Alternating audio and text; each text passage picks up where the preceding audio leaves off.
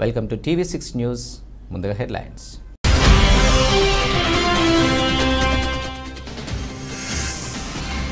రాష్ట్ర వ్యాప్తంగా జరుగుతున్న అంగన్వాడీల కార్యకర్తల సమ్మెకు మద్దతు తెలిపిన మాజీ ఎమ్మెల్యే గుండు లక్ష్మీదేవి.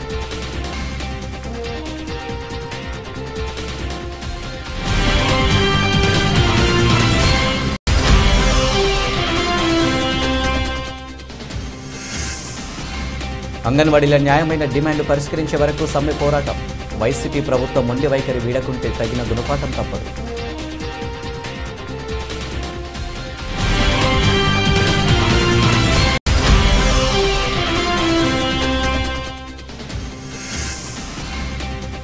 కీసర మండల కేంద్రంలోని షాదీ ముబారక్కి కళ్యాణ లక్ష్మి చెక్కుల కార్యక్రమం. లబ్ధిదారులకు 1,116,000 రూపాయల చెక్కుల పంపిణీ.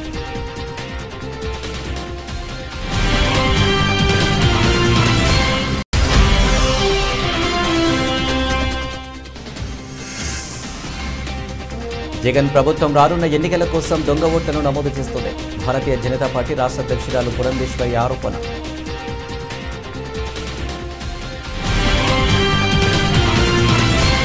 రాష్ట్ర మాజీ ముఖ్యమంత్రి నారా చంద్రబాబు నాయుడు ఆదేశాల మేరకు శ్రీకాకుళం నగర్ కార్పొరేషన్ పరిధిలో గల స్థానిక కలెక్టర్ ఆఫీస్ దగ్గర రాష్ట్ర వ్యాప్తంగా జరుగుతున్న అంగన్వాడీల కార్యకర్తల సమ్మెకు మద్దతు తెలిపిన శ్రీకాకుళం నియోజకవర్గం తెలుగుదేశం పార్టీ ఇన్ఛార్జ్ మాజీ ఎమ్మెల్యే గుండు లక్ష్మీదేవి గారు.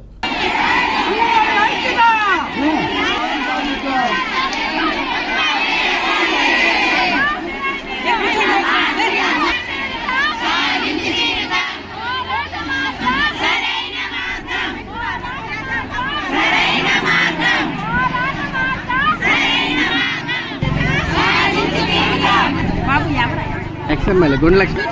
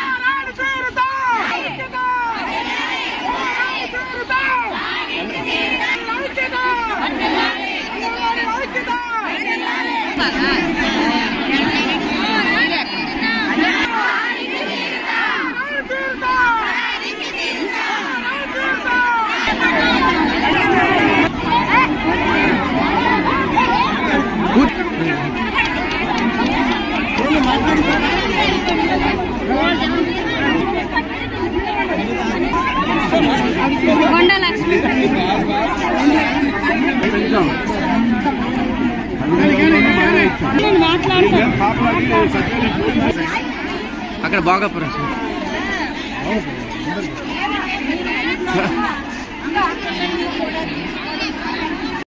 అంగన్వాడీల న్యాయమైన డిమాండ్లు పరిష్కరించే వరకు సమ్మె పోరాటం కొనసాగుతుందని, వైసీపీ ప్రభుత్వం మొండి వైఖరి వీడకుంటే తగిన గుణపాఠం తప్పదని సిఐటి జిల్లా అధ్యక్షులు CH Ammanaidu, AP anganwadi workers and helpers union జిల్లా ప్రధాన కార్యదర్శి డి సుధా అన్నారు. అంగన్వాడీలకు వేతనాలు పెంచాలని, గ్రాట్యుటీ అమలు చేయాలని, సమస్యలు పరిష్కారం చేయాలని కోరుతూ డిసెంబర్ 12 నుండి నిరవధిక సమ్మె చేపట్టిన అంగన్వాడీలు సోమవారం టెక్కలి సబ్ కలెక్టర్ కార్యాలయం ముందు AP anganwadi workers and helpers union CIT ఆధ్వర్యంలో పెద్ద ఎత్తున టెక్కలిలో ప్రదర్శన, సబ్ కలెక్టర్ కార్యాలయం ముందు ధర్నా నిర్వహించారు.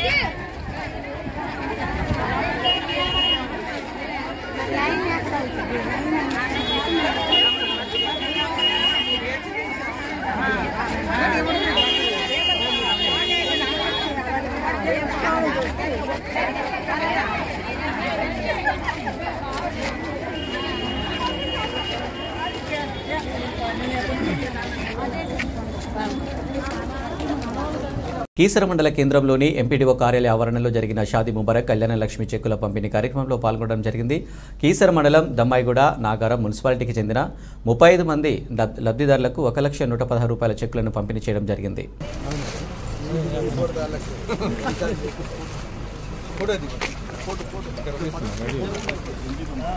కొంచెం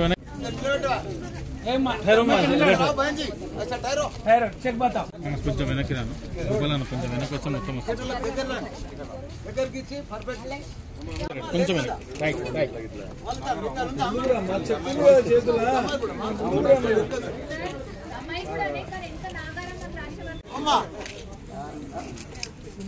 మొబైల్ ఒక్క స్టెప్ ఇక్కడ వస్తలేదు సార్.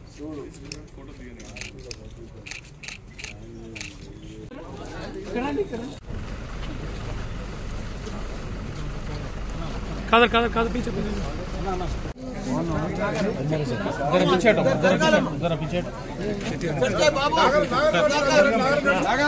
ఆంధ్రప్రదేశ్లోని జగన్ ప్రభుత్వం రానున్న ఎన్నికల కోసం దొంగ ఓట్లను నమోదు చేస్తుందని భారతీయ జనతా పార్టీ రాష్ట్ర అధ్యక్షురాలు పురంధేశ్వరి ఆరోపించారు. Bharatiya Janata party booth committee అధ్యక్షులు సమావేశం విశాఖ గాదిరాజ్ ప్యాలెస్లో నిర్వహించారు. ఈ సందర్భంగా నిర్వహించిన మీడియా సమావేశంలో పురంధేశ్వరి రాష్ట్రంలోని వైసీపీ ప్రభుత్వం వైఖరి పట్ల తీవ్ర నిరసన వ్యక్తం చేశారు. రాష్ట్రంలో నాసిరక మద్యాన్ని పంపిణీ చేస్తూ ప్రజల ప్రాణాలతో చెలగాటమాడుతుందన్నారు. పొడిగిస్తే ఎక్కడా కూడా మోడీ గారి బొమ్మ ఉండదు, జగన్మోహన్ రెడ్డి గారి బొమ్మ ఉంటుంది. అదేవిధంగా విశాఖపట్నానికి మరి స్మార్ట్ సిటీగా 2015వ సంవత్సరంలోనే మొట్టమొదటి స్మార్ట్ సిటీగా విశాఖపట్నాన్ని గుర్తించడం జరిగింది. దానికి సంబంధించి దగ్గర 2,300 కోట్ల రూపాయలు 65 ప్రాజెక్ట్స్, అవి drainage, under ground electrical wires, మరి బీచ్ సుందరీకరణ, ఈ బీచ్ రోడ్ సుందరీకరణ, వీటన్నిటికీ కూడా 2,300 కోట్ల రూపాయలు కేంద్ర ప్రభుత్వం ఇస్తే బస్ స్టాండ్ మీద ఇవాళ ఎవరి బొమ్మ చూస్తున్నామండి? జగన్మోహన్ రెడ్డి గారు. ఇది న్యాయమా? కనుకనే మేము ఈ ప్రభుత్వానికి స్టిక్కర్ ప్రభుత్వం అని చెప్పి నామకరణం చేయటం జరిగింది. మరి వాళ్ళు చూసినట్లయితే ఇక్కడ ఉన్నటువంటి ప్రభుత్వ భూములు కావచ్చు, ప్రభుత్వ ఆస్తులు కావచ్చు, సర్క్యూట్ హౌస్, తహసీల్దార్ గారి office, government polytechnic college, Rythu Bazar, ఇటువంటివన్నీ కూడా ఈ కొన్నే నేను చెప్తున్నాను. ఇటువంటివి చాలా రాష్ట్ర ప్రభుత్వం తనఖా పెట్టడం లేదా అమ్మేసేయడం. ఇది ఎవరి సొమ్ము, ఎవరి ఆస్తి, ఇది ప్రజల సొమ్ము, ఇది ప్రజల ఆస్తి. కనుక జవాబుదారీగా ఉండవలసినటువంటి రాష్ట్ర ప్రభుత్వం ఈ రకంగా వ్యవహరించడం ఇక్కడ ఉన్నటువంటి ప్రజలు ఆమోదిస్తారా అని చెప్పి మేము ప్రశ్నిస్తున్నాం. అదేవిధంగా మనకు తెలిసినటువంటి విషయమే, రిషికొండ కావచ్చు, భీమిలి కావచ్చు, సిరిపురం కావచ్చు, దస్పలా కావచ్చు, సాగర్ నగర్ కావచ్చు, మరి వైఎస్ఆర్సీపీ నాయకులు ఏ విధంగా ఈ ప్రాంతాల్లో భూమిని ఆక్రమిస్తున్నారో మనందరికీ తెలియనటువంటి విషయం కాదు. మరి విజయసాయి రెడ్డి గారి కుమార్తెకి ఏ విధంగా అప్పనంగా భూమినిచ్చారో కూడా ఆ తర్వాత అందరూ గళం విప్పితే ఏదో ఇంతో అంతో ఏదో అరాకొరాగా డబ్బులు తీసుకున్నటువంటి నేపథ్యం. ఇవాళ రిషికొండ ఏమైందండి? బోడికొండ అయిపోయింది. అక్కడ ఏదైతే పర్యావరణ ఉల్లంఘన ఉందో దాన్ని చేస్తూ ఇవాళ అక్కడ ముఖ్యమంత్రి గారు క్యాంప్ ఆఫీస్ అని చెప్పి నిర్మాణం చేయడం అన్నది ఎంత బాధాకరమైనటువంటి విషయం. అసలు దీన్ని ఖండించదగ్గ విషయంగా మేమందరం పరిగణిస్తున్నాం. కనుక ఇవాళ నిజంగా చెప్పాలంటే అధికారంలో ఉన్నటువంటి పార్టీకి మేము విశాఖపట్టణ అభివృద్ధికి అంకితమై ఉన్నామని చెప్పేటువంటి నైతిక హక్కు, అర్హత లేదు. భారతీయ జనతా పార్టీ 1981వ సంవత్సరం నుండి నేటి వరకు కూడా ఇక్కడ విశాఖ అభివృద్ధికి అనేక విధాలుగా తోడ్పడినటువంటి నేపథ్యంలో ఆ హక్కు భారతీయ జనతా పార్టీకి ఉన్నదని చెప్పి ప్రజలందరికీ కూడా తెలియజేస్తున్నటువంటి విషయం. తెలుగుదేశం పార్టీ జాతీయ కార్యదర్శి నారా లోకేష్ బాబు చేపట్టిన పాదయాత్ర ముగింపు కార్యక్రమానికి అన్ని ఏర్పాట్లు పూర్తి చేసినట్లు మాజీ మంత్రి గంటా శ్రీనివాసరావు ఇవాళ విశాఖలో తెలిపారు. గంట నివాసంలో మీడియాతో మాట్లాడిన ఆయన లోకేష్ బాబు చేపట్టిన పాదయాత్ర విజయవంతమైందని అన్నారు. 97 అసెంబ్లీ నియోజకవర్గాల్లో ఆయన చేపట్టిన పాదయాత్రకు ప్రజలు అడుగడుగున నీరాజనాలు పట్టారని ఈ సందర్భంగా గుర్తు చేశారు. ఈ పాదయాత్రతో రానున్న ఎన్నికల్లో తెలుగుదేశం పార్టీ అధికారంలోకి రావడం తథ్యమని గంటా వివరించారు.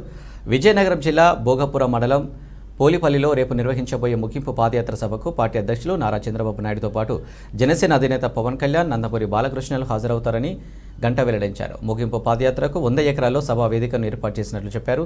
భారీ సంఖ్యలో హాజరయ్యే అభిమానుల కోసం ఏర్పాట్లు ఇప్పటికే పూర్తి చేసినట్లు గంటా పేర్కొన్నారు.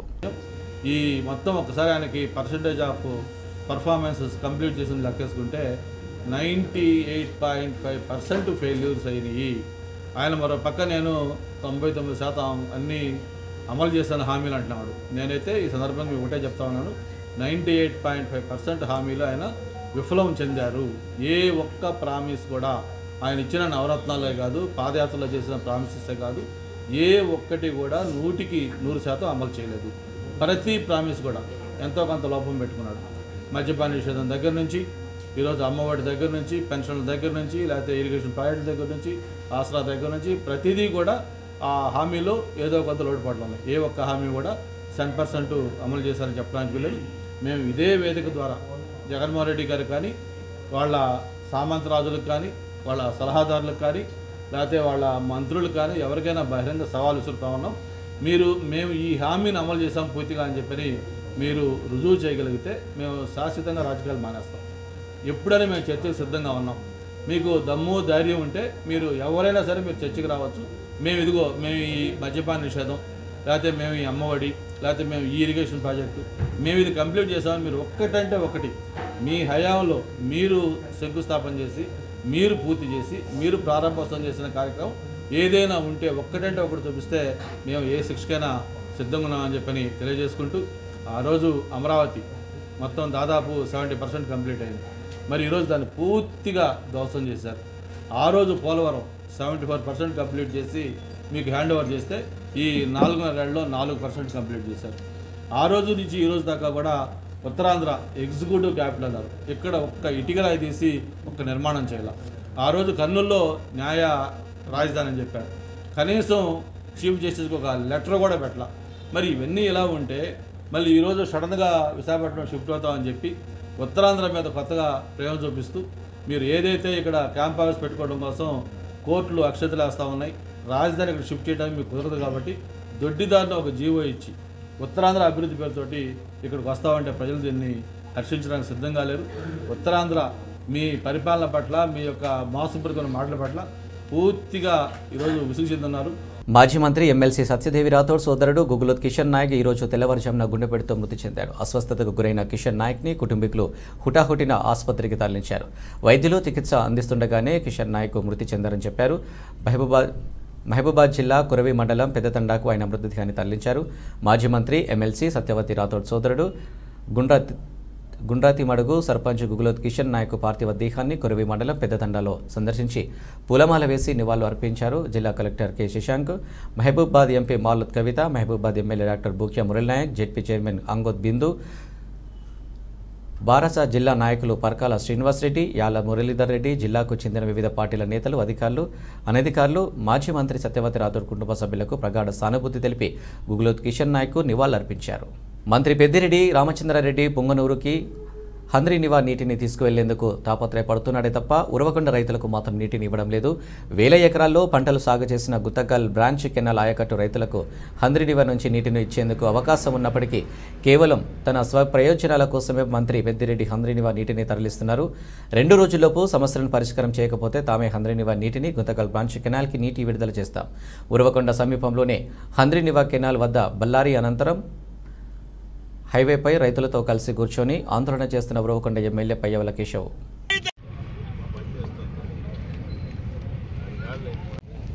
మిరపను పండించేటువంటి పరిస్థితి వచ్చింది. నీళ్లు మొన్న 25-27 తారీఖు డ్యాంలో ఆగిపోయినా అదృష్టం కొద్ది 31 వరకు మనకు రావడం జరిగింది. అంటే ఈ రోజుకి దాదాపు 20 రోజులు అయిపోయినాయి నీళ్లు ఆగిపోయి. ఇంకొక వారం లోపల ఒక్క తడి ఈకపోతే పెట్టినటువంటి ₹1,00,000 కూడా చేతికి రాకుండా పోయేటువంటి పరిస్థితి వచ్చింది. అవునా కదా? ఇవాళ లక్షల రూపాయలు పెట్టుబడి పెట్టారనుకుంటుంటే మొత్తం 26,000 ఎకరాల మెరపు ఉంది. మిగిలినవి కూడా లెక్కేసుకుంటే ఎకరాకు కనీసం పెట్టుబడి 1,20,000 పైనే ఉంది, కానీ 1,00,000 తక్కువ లేదంటే 300 కోట్ల రూపాయలు ఇవాళ గుంతకల్ బ్రాంచ్ కెనాల్ కింద రైతులు నష్టపోతున్నారు. ఇదేదో పెద్ద జమీందారులో ఆసాంలో కాదు. ఎకరాలు, 2 ఎకరాలు, 5 ఎకరాలు, 10 ఎకరాలు ఉన్న వాళ్ళు కౌలుకి 20,000, 30,000 పెట్టుకొని తీసుకున్నటువంటి వ్యక్తులు వీళ్ళు ఇవాళ కౌలు నష్టపోతున్నారు, పెట్టుబడి నష్టపోతున్నారు. మేము అడుగుతున్నదల్లా ఒక్కటే, ఒక్క తడి నీళ్లు ఇవ్వండి అని అడుగుతున్నాం. కళ్ల ముందు వృధాగా నీళ్లు పోతున్నాయి. మీరు ఎక్కడన్నా రైతులకు నీళ్లు ఇస్తే మాకు అభ్యంతరం లేదు. వృధాగా పుంగనూరు మంత్రికి ఆయన ఇలాకాలో నీళ్లు చూపించుకుని ఆయన రాజకీయంగా లబ్ధి పొందాలనేటువంటి ప్రయత్నంతో మా కాలువలన్నీ కట్టేసి నీళ్లు తీసుకుపోతుంటే జిల్లాలో వైఎస్ఆర్సీపీ నేతలు నోరు చచ్చిన నాయకుల్లాగా చూస్తూ ఉన్నారు. ఇంతమంది రైతాంగం ఉసురు కొట్టుకునేటువంటి పరిస్థితులు ఇవాళ వచ్చినాయి నాయకులకి. ఇప్పుడు మేము పోయినసారి 2016లో 19 మధ్యలో ఇట్లా జరిగితే ఆ రోజు ఇదే హంద్రీనీవా కెనాల్ నుంచి మేము గుంతకల్ బ్రాంచ్ కెనాల్ నీళ్లు తీసుకుపోయినాం. ఆ రోజు కూడా ఆఫీసర్లు ఇట్లే అసలు అది సాధ్యమే కాదు టెక్నికల్ గా అని చెప్పినారు. టెక్నికల్ గా సాధ్యం కాదు అనంటే అనంతపురం నుంచి ప్రైవేట్ ఇంజనీర్లను తీసుకొచ్చి 14 కిలోమీటర్లు సర్వే చేపించాం. కంపలు తొలగించి వాగులు వంకలు రైతులను అడిగి సర్వే చేపించి 7 కిలోమీటర్ల కాలువని పునరుద్ధరించి తర్వాత 7 కిలోమీటర్ల వంకలో రైతులందరినీ కడుపు కాళ్లు పట్టుకున్నాం. మాచర్ల నెహ్రూ నగర్ 2వ లైన్లో మేకల సురేష్కి చెందిన ఇంటిలో దొంగలు పడి సుమారు 3 లక్షల బంగారు ఆభరణాలు 50,000 నగదు అపహరించారు. బాధితుడు సురేష్ మాచర్ల పోలీస్ స్టేషన్లో ఇచ్చిన ఫిర్యాదు మేరకు క్లూస్ టీం దర్యాప్తు చేస్తుంది. బాధితుడు సురేష్ స్థానికంగా ఒక ఫైనాన్స్ కంపెనీలో ఫీల్డ్ ఆఫీసర్గా విధులు నిర్వహిస్తున్నాడు. సురేష్ శనివారం రెంటచింతలలోని తన అత్తగారింటికి వెళ్లి తిరిగి ఆదివారం మాచర్లలోని ఇంటికి వచ్చి చూసుకునే లోపు దొంగతనం జరిగిందని గుర్తించినట్టు పోలీసులకు వివరించాడు. నేను 8:30 పోయాను సార్ పొద్దున డ్యూటీకి పోయి ఇంకా నిన్న పొద్దున ఫోన్ చేసిండు మాకు, ఊరికి రానమ్మా గుట్టలు తీసుకుందరు కానీ అని. నేను ఇంట్లో పని అయిపోయినాక మీ సామాన్ వస్తలేయా అని చెప్పిన. సరే అట్టయితే అన్నాడు, ఫోన్ పెట్టేసిండు. తర్వాత ఇవాళ మధ్యాహ్నం ఇంటికి వచ్చిండు. ఇంటికి వచ్చి ఇంకా తాళం తీసి చూసేసరికి ఇవన్నీ శిలాకాలం ఉన్నాయి. మళ్ళీ ఫోన్ చేసిండు. ఫోన్ చేసి అమ్మ నాన్నకి అనేసరికి నాన్న మాట్లాడిండు. మేము అప్పుడు గుడ్ల మాట చేస్తాను ఇంట్లో. ఏందంటే నాన్న సొమ్ము పోయినాయి, ఇంట్లో డబ్బులు పోయినాయి నాన్న, 3 చెవులు బంగారం, 2 ఉంగరాలు, మరి పిల్లగాడ ఉంగరం అవన్నీ పోయినాయి, ఇంట్లో శిలాకాలం ఉన్నాయి, పోయి కేసు పెట్టేసాడు, 50,000 డబ్బులు పోయినాయి అన్నాడు. సరేలే అని ఇంక మేము ఆదివారం ఇంటికి వచ్చినాం. ఇంటికి వచ్చాక అబ్బాయి పోయినాడు, స్టేషన్కి పోయి కేసు పెట్టిండు. పోలీసులు వచ్చారు, ఇవన్నీ ఎంక్వైరీ చేశారు. మేము ఆయన వాళ్ళు అడిగారు ఏమేమి బంగారం పోయిందమ్మా అన్నారు. 3 చెవులు బంగారం, నా నక్లీసు, 2 ఉంగరాలు, 30,000 పిల్లగాడిద కొంగరం, పట్టాలు, కళ్యాణ పొంగరం అయిపోయినాయి. రైతులకు మద్దతుగా ఆందోళన చేస్తున్న ఉరవకొండ ఎమ్మెల్యే పయ్యావుల కేశవ్ను అరెస్టు చేసిన పోలీసులు ఉరవకొండ పోలీస్ స్టేషన్కు కాకుండా కన్నెకల్ పోలీస్ స్టేషన్కు తరలిస్తున్న పోలీసులు. పయ్యావుల కేశవ్ అరెస్టు సమయంలో రైతులు వర్సెస్ పోలీసుల మధ్య తీవ్ర తోపులాట ఉద్రిక్తత జరిగింది. పయ్యావుల కేశవ్ను అరెస్టు చేసేందుకు 2 గంటల పాటు తంటాలు పడ్డారు పోలీసులు. పయ్యావుల కేశవ్ను అదుపులోకి తీసుకునేందుకు ప్రయత్నించారు పోలీసులు. తీవ్రంగా ప్రతిఘటించిన రైతులు పయ్యావుల కేశవ్తో పాటు ముఖ్య నాయకులను అరెస్టు చేసి రాయదుర్గం నియోజకవర్గంలోని కన్నెకల్ పోలీస్ స్టేషన్కు తరలించారు పోలీసులు. పెళ్లికాని బ్రాహ్మణులు తినేసిన ఎంగిలి ఆకులను ఎత్తేసి వాటిని పెట్టుకుని నీళ్లలో పారేసిన సిడబ్ల్యూసీ మెంబర్ మాజీ మంత్రి రఘువీర సతీమణి సునీత రఘువీర్ శ్రీ సత్యసాయి జిల్లా మడకచీర మండలం నీలకంఠాపురం గ్రామంలోని శ్రీ సుబ్రహ్మణ్య స్వామి షష్ఠి సందర్భంగా నీలకంఠాపురం దేవస్థాన ఆలయంలో ఈరోజు ఉదయం స్వామివారికి ప్రత్యేకంగా అలంకరణ చేశారు అర్చకులు. అది తిలకించడానికి ఆలయానికి పోటెత్తారు భక్తులు.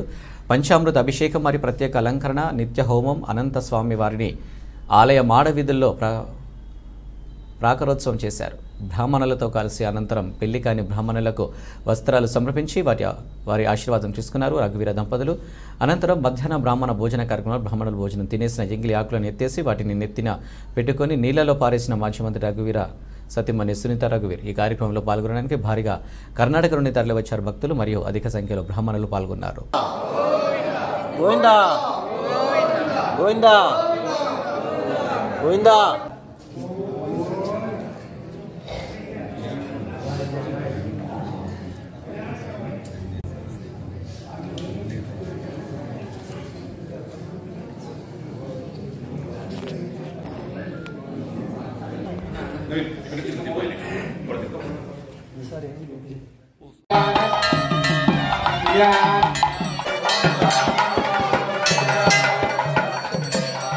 యువ మరియు భావి ఓటర్లకు ఓటు నమోదు గురించి విస్తృతంగా అవగాహన కార్యక్రమాలు చేపట్టాలని election roll observer D Muralidhar Reddy పేర్కొన్నారు. మంగళవారం పుట్టపర్తి పట్టణంలోని ప్రశాంతి గ్రామంలో మండల్ ప్రజా పరిషత్ పాఠశాల నందు 107 పోలింగ్ కేంద్రాలను క్షేత్రస్థాయిలో తనిఖీ చేశారు. ఈ కార్యక్రమంలో ఆర్డీఓ భాగ్యరేఖ, తహసీల్దార్ నవీన్ కుమార్ తదితరులు పాల్గొన్నారు.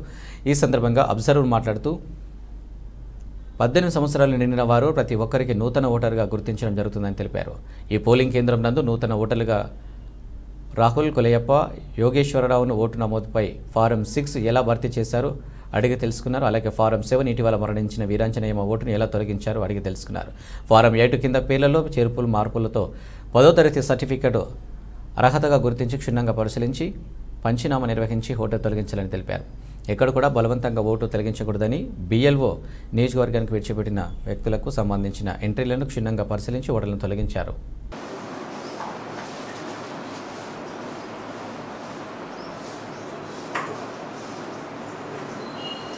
వీళ్ళెవరు? శ్యామల, రాము, రాములమ్మ. శ్యామల వచ్చి మా అక్క కూతురు మనోరాలు.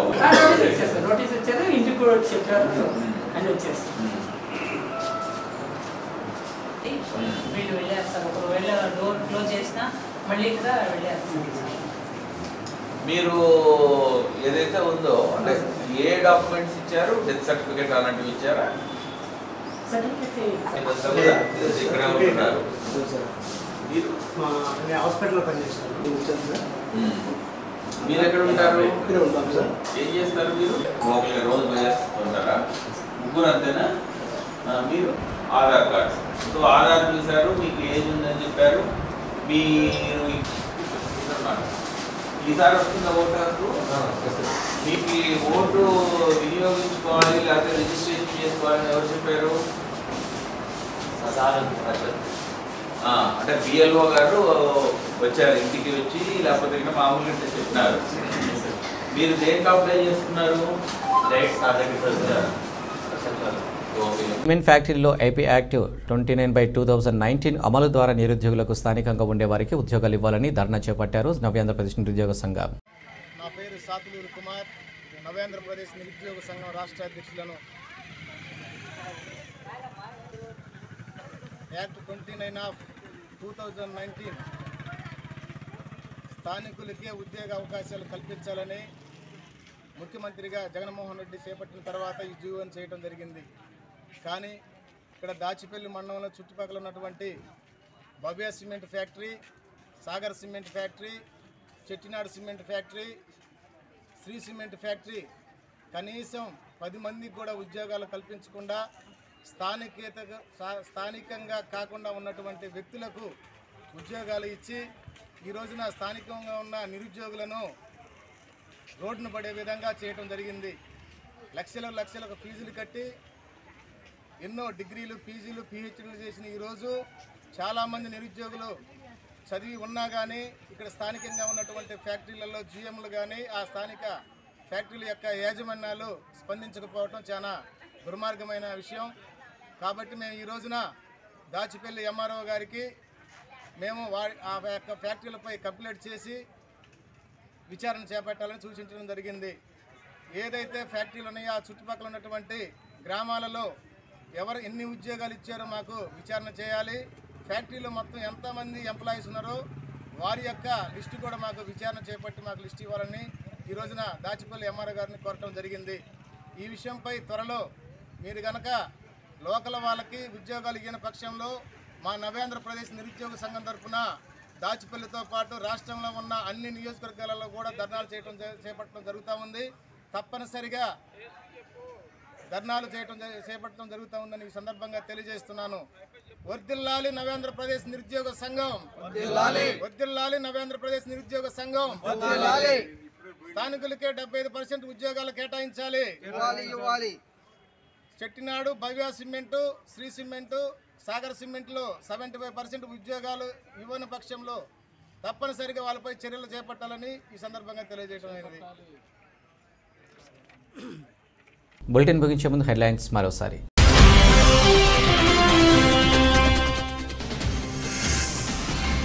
రాష్ట్ర వ్యాప్తంగా జరుగుతున్న అంగన్వాడీల కార్యకర్తల సమ్మెకు మద్దతు తెలిపిన మాజీ ఎమ్మెల్యే గుండు లక్ష్మీదేవి.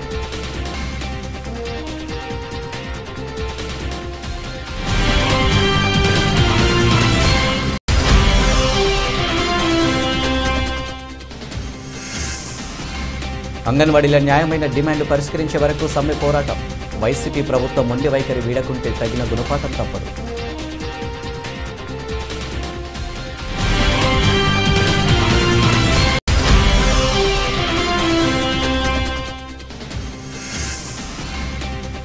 కీసర మండల కేంద్రంలోని షాదీ ముబారక్కి కళ్యాణ లక్ష్మి చెక్కుల కార్యక్రమం. లబ్ధిదారులకు 1,116 రూపాయల చెక్కుల పంపిణీ.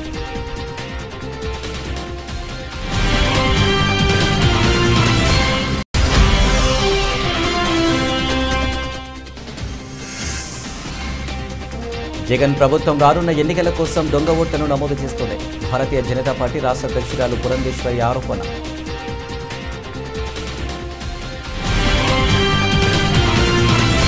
TV updates. నమస్తే.